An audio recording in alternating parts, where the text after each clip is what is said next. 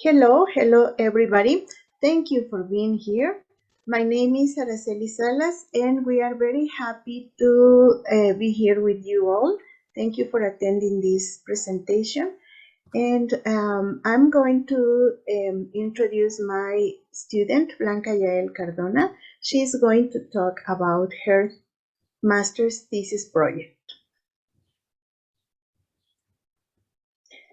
For this presentation, this is the agenda.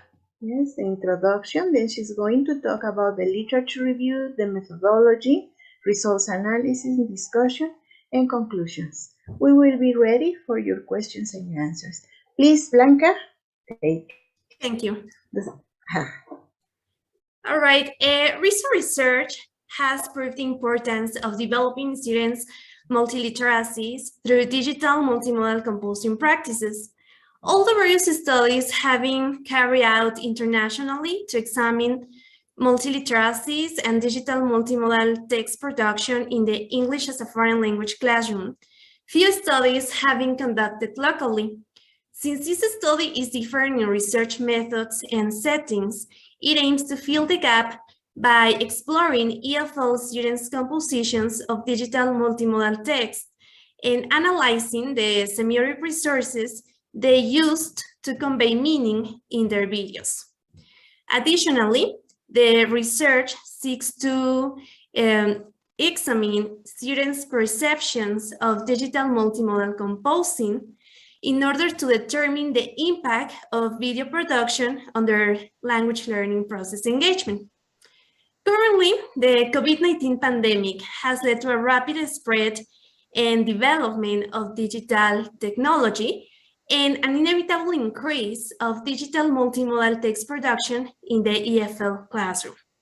However, some experts in the field, such as Diaz-Barriga, claim that even when the current generations have adopted technology as an essential aspect of their daily lives and know how to use it for communicating in social networks, this doesn't necessarily mean that they can use technology as a learning resource. Therefore, it's important that learners incorporate digital and multimodal literacies into their everyday lives. Video production allows learners to construct meaning by combining multiple modes, such as written and oral language, visuals, sounds, movement, and gestures.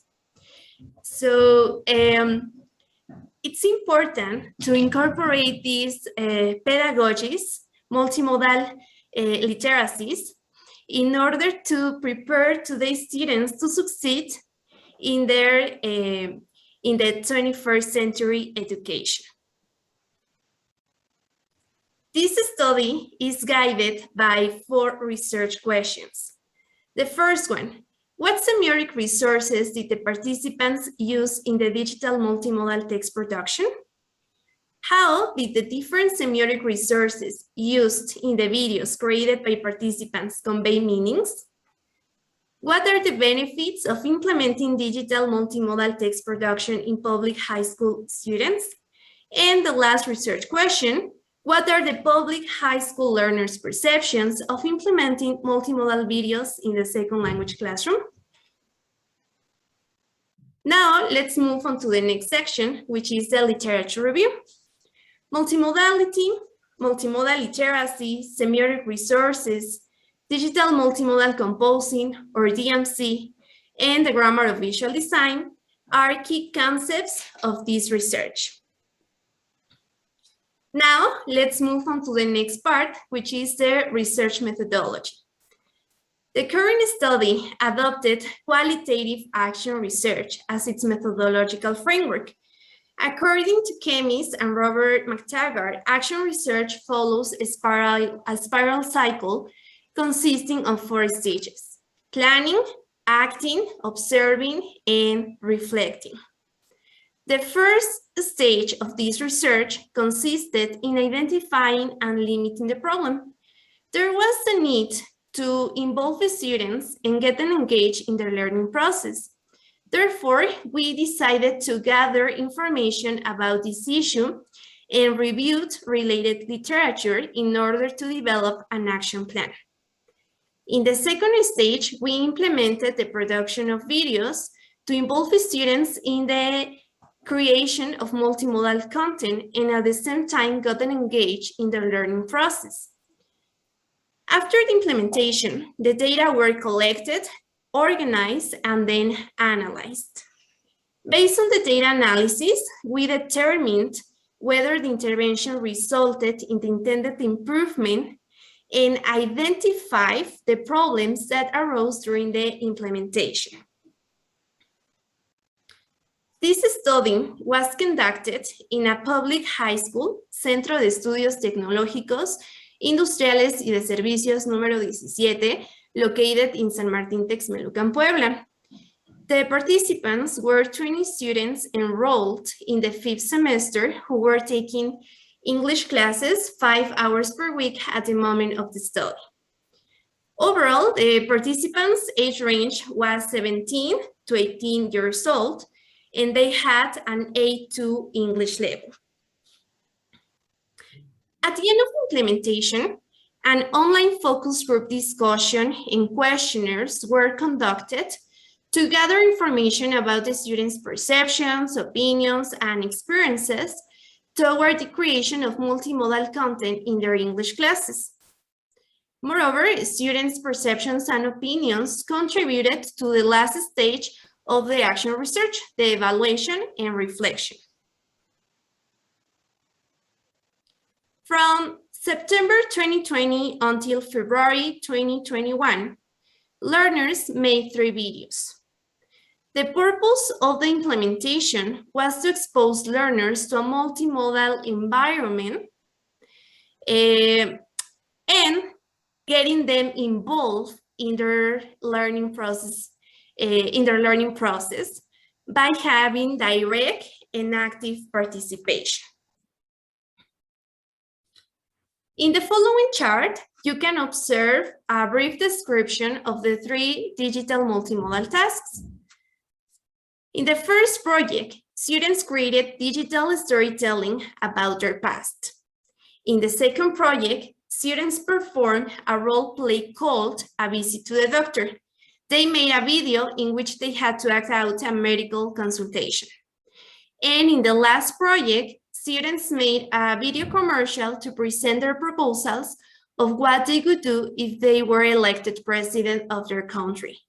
All the 3 videos followed 4 stages: pre-production, production, post-production, and distribution. In this slide, you can observe some screenshots of some videos screenshots. And now, let's watch an excerpt of the first video. Hello, my name is Kevin. I was a child of 13 years old when my parents and I were in Mexico City. My father was bought a car in an insurance carrier, so my father had to repair the car. I went with him to both the pieces. After repairing, we went to San Martin, but in the trajectory was the market of fish from Michuca. Third, the sellers are sold fish for aquariums and other animals. We arrived and I say to my father, "Father, we can enter to the market?" And he answered, "Yes, but don't ask anything." I said, "Of course." While I saw the store, I got excited, until I went to the store and we asked the axolotl. I was very happy with my new pet. Rather, As you observe, the content of the video was illustrated by edited pictures whose primary purpose was to create a meaningful connection with what the student was describing, was expressing. In digital storytelling, the narrator's voice tends to be the primary mode, whereas the images and sounds tend to be supportive. Now, let's watch an excerpt of the second video.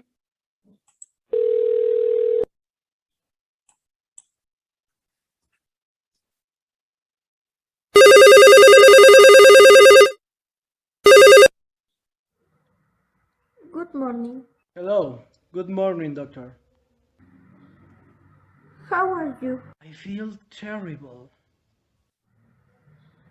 What is the problem? I have a headache and fever.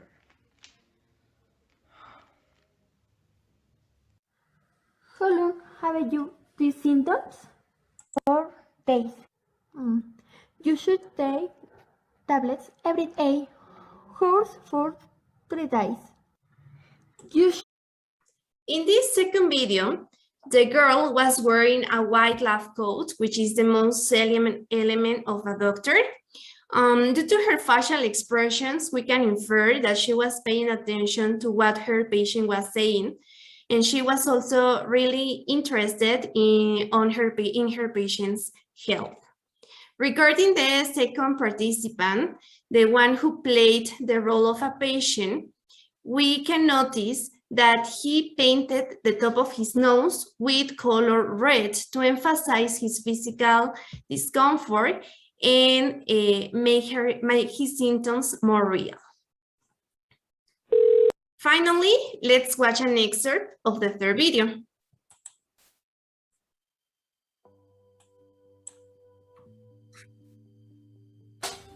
Hi, good morning. My name is Alfredo Sanchez Garcia. I belong to the political party ASG. If I were elected president, I will financially support other adults, as well as if I become president, I will raise the salary of the teachers. If I won the election, I will destroy batteries for the people who need it. Chance. If I become president, I will help the agricultural sector. If I won the election, I would make animal abuse a very serious crime. Vote for me. You won't regret it. The video showed 3 salient elements: the candidate, the flag, and the political logo party. The participant was dressed as a presidential candidate, wearing a black suit, a white shirt, and a red tie. The participant's formal outfit projects responsibility, commitment, and sobriety. Regarding the participant's body language, we can observe he had a neutral facial expressions. And along the video, we also noticed that when he was talking about his proposals, visual elements began to emerge in order to support the linguistic mode. Okay, now let's look at the results from the focus group discussion and questionnaires. In the following chart, you can observe some comments of the students' perceptions of DMC. This chart is divided into 4 categories. In the first category, enhancement of creativity, student 3 said, I had to find ways to capture the interest of my audience. In the second category, English language improvement, student 3 said, it was a good opportunity to improve my pronunciation. Regarding the third category, engagement in the language learning process, student 14 reported, since I started working with videos, I got interested in improving my pronunciation and the way of speaking in English. And in the last category, challenges, student 10 said, time was a big challenge. I needed more time. Well, having looked at the results, let's now talk about the discussion of key findings. In the first multimodal text, the modes that predominated were the visual and the linguistic, whereas in the second and third videos, the most frequent modes used by the participants were the visual, the linguistic, and the gestural. According to the New London Group, when 2 or more modes work together, it is called multimodal meaning. And from the data analysis, most of the videos involve 2 or 4 modes of meaning making. The data analysis shows that the 3 metafunctional dimensions of meaning making were found in the videos, but with some differences in degree. At the representational meaning, we found represented participants, narrative and conceptual representations, and circumstances. The interactive meanings were realized through contact and social distance. And regarding compositional meaning, some elements of salience and information value were also found and analyzed. The findings suggest that digital multimodal composing promotes the enhancement of creativity, English language improvement, engagement in the language learning process, positive impact on learning. Regarding students' perceptions, the findings also reveal that some students adopted a positive attitude toward DMC. However, they faced some challenges such as lack of creativity, problems when editing the videos, and time limitations.